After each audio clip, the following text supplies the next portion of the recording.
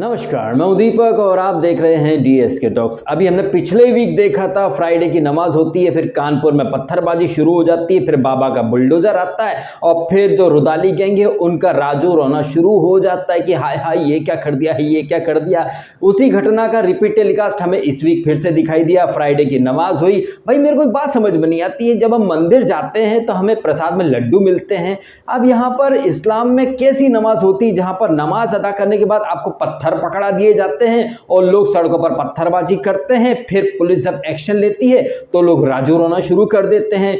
अभी एक राजू रोना का आपको एक एग्जांपल देता हूं मैं। अभी रांची में भयंकर तरीके से पत्थरबाजी हुई, जहां पर पुलिस को भी वहां पर क्रॉस फायरिंग करनी पड़ी, जिसमें एक राजू रोना करने वाली का जो लड़का था उसको गोली लग गई। तो मैडम रोने लग गई कि भाई बच्चे को गोली लग गई, मार दिया। आपका बच्चा वहां क्या करने गया था? पतंग उड़ाने गया था या क्रिकेट खेलने गया था? ये अगर आप पैटर्न देखेंगे ना तो कश्मीर में पहले ये पत्थरबाजी हुआ करती थी, एंड उन पत्थरबाजों को जो कि आतंकवादियों की शील्ड का काम करते थे, उन्हें काउंटर करने के लिए जब आर्मी को पैलेट गन दी गई तो भैया लोगों की घुर्दी छिल गई कि भैया देखो पैलेट गन कैसे दे दी, लोगों को छर्रे लग रहे हैं। मतलब क्या है कि सारे अधिकार जो है ना वो पत्थरबाजों के हैं। उनको डिफेंड भी करेंगे लोग, उनको बहकाएंगे भी लोग। ये अरफा राना, ये आतंकवादी संगठन जो भाषा बोल रहे हैं वही भाषा हमारे देश के लोग बोल रहे हैं। लोग से मतलब इंडियन मुस्लिम्स बोल रहे हैं। सर तन से जुदा करना या फिर नुपुर शर्मा को फांसी देने की मांग हो रही है, उसके पुतले को बीच चौराहे पर फांसी पर टांगा जा रहा है, सर काटने की बातें हो रही हैं। ऐसी बातें आतंकवादी करते हैं, वही बातें इंडियन मुस्लिम भी कर रहे हैं। तो चोर चोर मौसेरे भाई वाला यहाँ पर कॉन्सेप्ट लागू होगा या नहीं होगा?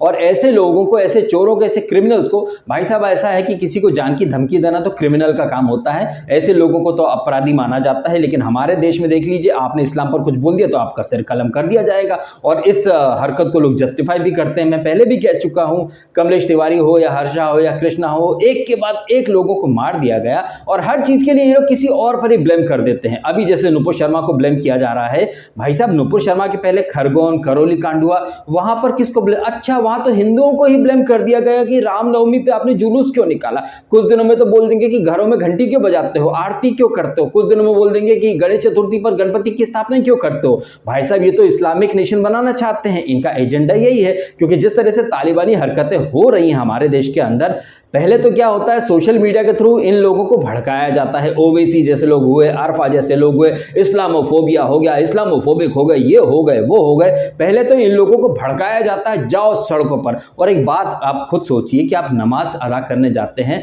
नमाज आप क्या अदा करने जाते हैं, वहां क्या करने जाते हैं कि आप वहां से बाहर आते हो तो आपके हाथों में पत्थर रहते हैं। और जब ये लोग पत्थरबाजी करते हैं तो लोग इनको जस्टिफाई करते हैं, सपोर्ट करते हैं। किसी पुलिस वाले का सर फट जाए या फिर किसी हिंदू को लग जाए तब तक ओके है, लेकिन जैसे पुलिस की फायरिंग में किसी मुस्लिम को कुछ हो गया तो लोगों का राजू रोना शुरू हो जाता है। जैसे कि मैंने ऑलरेडी बताया कि एक महिला बोल रही है कि उनके बच्चे को गोली लग गई। बच्चा क्या करने गया था? लॉलीपॉप चूसने गया था क्या? जब बच्चे को भेजते हो पत्थर मारने के लिए तब तो नहीं सोचते हो। और ये जो मेंटेलिटी है ना, ये जो रेडिकल माइंडसेट, ये हरकतें लोगों को बचपन में ही सिखा दी जाती हैं। अभी कुछ दिन पहले की बात है, इंडिया में कोरोना अपने पीक पर चल रहा था। इंदौर में डॉक्टरों पर पत्थर फेंक दिए गए थे, रानीपुरा करके एक एरिया, मुस्लिम डोमिनेटेड एरिया। यही नहीं, एक फैमिली जो कि ठीक होकर गई थी, उस फैमिली का छोटा सा बच्चा कह रहा था हम मोदी को मारेंगे। ये मेंटेलिटी क्या है? छोटे छोटे बच्चों को थोड़ी पता होता, लेकिन छोटे छोटे बच्चे कैसी हरकतें कर रहे हैं आप सबको पता। अब ये छोटे से बच्चे को तो पता नहीं कि मोदी कौन क्या है, लेकिन घर में जैसी बातें होती होंगी बच्चे वही सीखते हैं। मदरसे में बच्चों को क्या सिखाया जाता है, इसके बारे में एक बच्चे का वीडियो बहुत ज्यादा वायरल हो रहा है।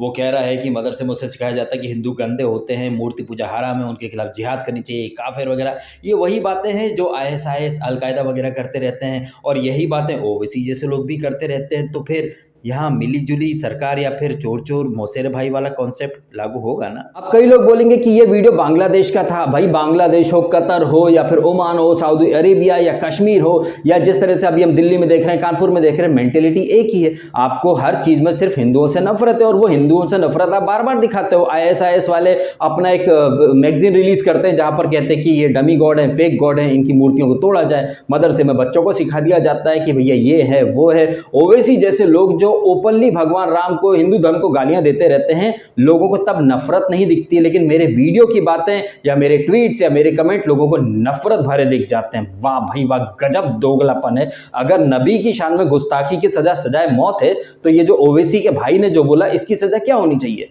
कई ये लोगों के खुदायां हैं,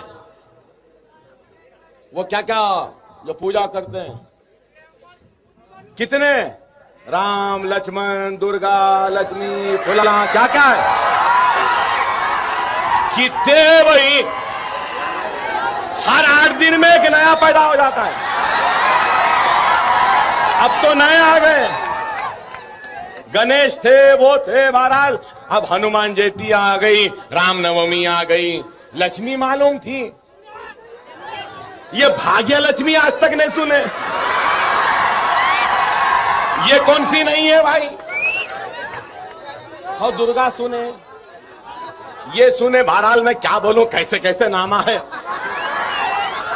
ये मुबारक महफिल में वो मनुष्य नामों को लेके खराब करना नहीं चाहता, ये मुबारक महफिल में वो मनुष्य नामों को लेके खराब करना नहीं चाहता।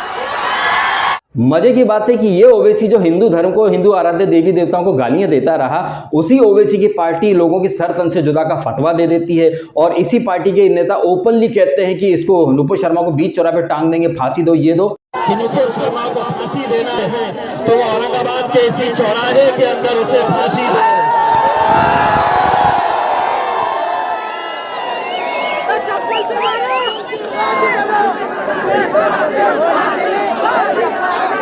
आपने अच्छे से सुना, ये इम्तियाज जलील क्या कह रहा था कि नुपुर शर्मा को यहीं औरंगाबाद में फांसी दो, और लोग कह रहे थे चप्पल से मारो, लेकिन कितनी बेशर्मी से रंडी टीवी की पत्रकार कारगी करी नहीं, उसकी जलील के स्टेटमेंट को मिसकोट कर दिया लोगों ने।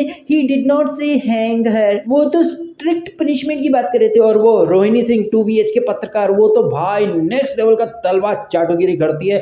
खुद इसने पता नहीं कितनी बार नफरती ट्वीट करे, लेकिन करे कि मीडिया भिड़ा रहा है ही लोगों को। बस इस रास्कल रोहिणी के ऐसे ट्वीट देखकर आयरनी ने 7वें माले से कूदकर सुसाइड कर ली। अब चूंकि हम बात कर रहे हैं इम्तियाज जलील की, तो जलील ने एक स्टेटमेंट दिया है, अब आप पहले वो स्टेटमेंट सुनिए।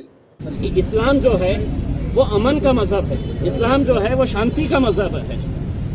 यकीनन लोगों के अंदर गुस्सा है, हम भी ये मांगनी करते हैं कि नुपुर शर्मा को फांसी की सजा मिलनी चाहिए करके, वरना अगर उसे आसानी से छोड़ दिया गया तो उसका कोई अंत ही नहीं रहेगा।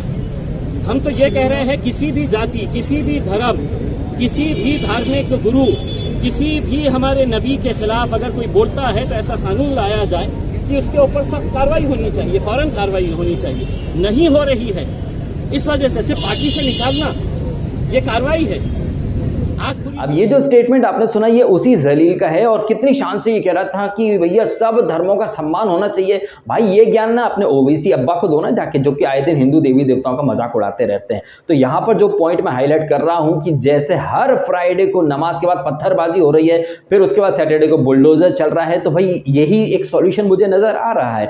अगर तुम कहोगे कि भाई नबी की शान में गुस्ताफी की एक ही सजा, सर हो तन से जुदा, इन हरकतों के जवाब में योगी सरकार एक मस्त वाला नारा लेकर के आई है, अगर तुम खराब करोगे शहर की अमन और फिजा तो हो जाएगा तुम्हारा घर जमीन से जुदा और जमीन तुम्हारे घर से जुदा। अगर आप ये पत्थरबाजी नहीं रोकोगे तो आपका घर पत्थर में कन्वर्ट कर दिया जाएगा। अब आप यहाँ दोगलापन देख लीजिए, जब तक ये लोग पत्थरबाजी करते रहे तब तक अरफा वगैरह जितनी भी लिबरल गैंग है, सो कॉल्ड सेकुलर लोग है ना भाई साहब, ये तो तब तक इन लोगों को सब चलता रहा। लेकिन जैसे ही पुलिस ने ताबड़तोड़ एक्शन करना शुरू करा, लोग रोने लग गए, राजू रोना शुरू हो गया। एक पक्ष पे ही कार्रवाई हो रही है, कस्टडी में ऐसे कौन मारता भाई? तो भाई साहब नमाज पढ़ने के बाद पत्थर कौन मारता भाई? एक पक्ष अगर पत्थरबाजी करेगा तो जाहिर तौर पर कार्रवाई उन्हीं के ऊपर होगी। जब आप पत्थर फेंकने से नहीं डरते हो तो आपका घर जब पत्थर में बदल जाए, आपको तब भी नहीं डरना चाहिए, तब भी नहीं रोना चाहिए। जब आप आतंकी हरकतें कर सकते हो तो फिर उसका फल भुगतने के लिए तैयार रहा करो, ये विधवा विलाप मत करा करो। ये अरफा खानूम जैसे लोग जो कि कहने को ब्लूटिकधारी पत्रकार है, निष्पक्ष पत्रकार है, लेकिन इनका हमेशा एक सॉफ्ट कॉर्नर रहा है आतंकवादियों के प्रति, पत्थरबाजों के प्रति। ये अरफा कभी क्वेश्चन नहीं करती लोगों को कि भैया तुम प्रोटेस्ट के नाम पर पत्थर क्यों मारते हो, पब्लिक प्रॉपर्टी का नुकसान क्यों करते हो, लोगों की दुकानें घर क्यों जला देते हो। तब नहीं बोलेगी कि कौन से लॉ के अकॉर्डिंग तो पत्थरबाजी करते हो। लेकिन पुलिस अगर इन लोगों को पकड़ के ले जाती है और ईंट का जवाब पत्थर से देती है, अरे भैया दैट बिकम्स अनकॉन्स्टिट्यूशनल, ये कौन से लॉ के अंतर्गत हो रहा है, ये तो हाय तौबा मच गई, मुसलमान खतरे में है, ये है वो है। एक पुतले के ऊपर इतना हाय तौबा मच रहा है, तो भैया नुपुर ने भी किसी की जान नहीं ले ली थी। तुम अगर पुतले के ऊपर तुम ये बोल रहे कि पुतले की वजह से इतना हैतोबा मचा है,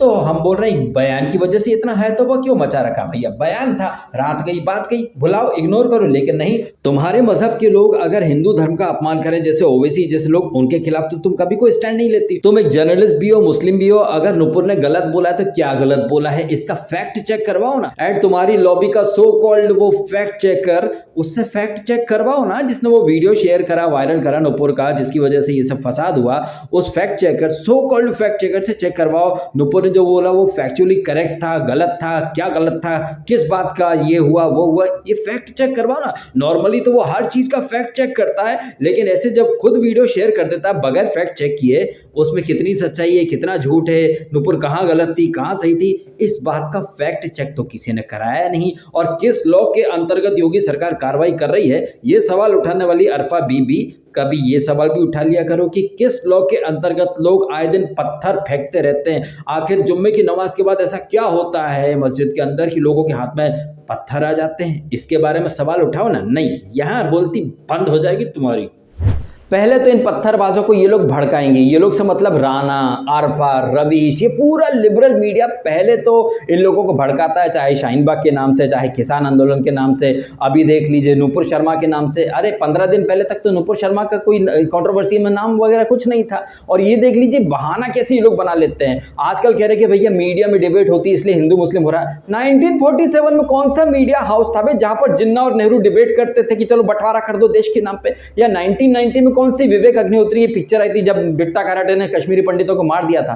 तो आप देखें तो हर पॉसिबल तरीके से ये जो सो कॉल्ड ब्लू टिक धारी जर्नलिस्ट हैं, जिन्हें दुनिया सच्चा जर्नलिस्ट बोलती है, कैसे ये कलम के थ्रू टेररिज्म को प्रमोट करते हैं, कैसे हर आतंकवादी को जस्टिफाई करते हैं और उस आतंकवादी के कर्मकांडों का ठीकरा किसी और पर फोड़ देते हैं कि भैया हिंदू वहां पर क्यों निकले, उसने पिक्चर क्यों बनाई, उसने मीडिया चैनल में डिबेट क्यों कराई। अरे भैया अपनी गिरेबा में देख लो ना कि तुम कितने दूध के धुले हुए, कितने कमजोर है तुम्हारे लोग की जरा सी बात में आकर पत्थर फेंकना शुरू कर देते। भाई साहब ऐसे मतलब क्या सिखाया जाता है? कहीं ना कहीं कुछ तो खराबी होगी ना। अब वो खराबी के बारे में अगर आप बोल दोगे तो भैया आपके ऊपर फतवे आ जाएंगे, आप नफरत फैला रहे हो, हमारी बातें नफरती हो जाएंगी। लेकिन ओवैसी ब्रदर्स जो बोलते हैं या जो लोग पत्थर फेंकते हैं वो तो मतलब प्यार बांट रहे हैं ना पगले, वो तो प्यार बांट रहे हैं। I am joking. तो तमाम बातों का निचोड़ यही है कि जब जब फ्राइडे को ये पत्थरबाजी होगी, सैटरडे को बुलडोजर चलेगा। प्रॉब्लम है तो समस्या का समाधान एकदम अगले दिन ही आ जाता है। इसके बाद भी अगर लोग नहीं सुधर रहे हैं तो फिर इससे भी नेक्स्ट लेवल की कार्रवाई की जानी चाहिए।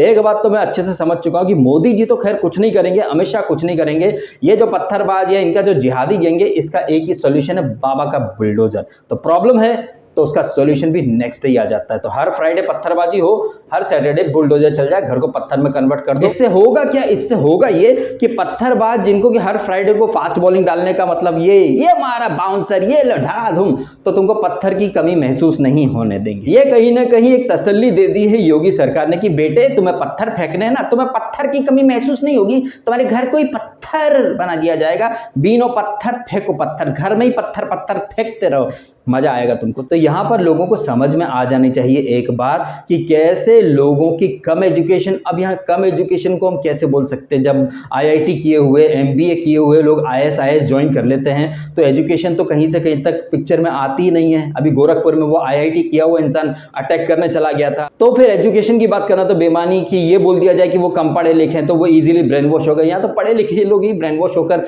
आईएएस ज्वाइन कर लेते हैं। तो यहाँ पर प्रॉब्लम की जड़ कहाँ है ये आपको समझ में आ जाना चाहिए। जब बचपन से ही जहर भर दिया जाए तो फिर आदमी पत्थरबाज या फिर आतंकवादी बन ही जाएगा 72 हूरों के लालच के चक्कर में। जब 72 हूरें तुमको चाहिए तो जहर पियो, मर जाओ सालो, है कि नहीं? बड़ी जल्दी पहुंच जाओगे। ये जो मौलाना जो लोगों को ब्रेन वॉश करते हैं कि जाओ तुम अच्छा काम कर रहे हो, तुम्हें 72 हूरें मिलेंगी, अबे तो तुम जहर पी लो, सामने वाले को भी पिला दो, दोनों जाके 72 हूरों के संग रासलीला करना। फिर ये नहीं करेंगे, जाओ जाओ जाओ तुम मर जाओ, चलो साले तू मर जाना जाके, पहले तुझे मिल जाएगी 72 हूरें, दूसरों को लालच देता, जाके खुद ट्राई करना एक बार। नहीं ये नहीं बोल लो भाई, ये बोल दोगे तो पोल नहीं खुल जाएगी, नंगा कर दोगे डीएस के तुम सबको।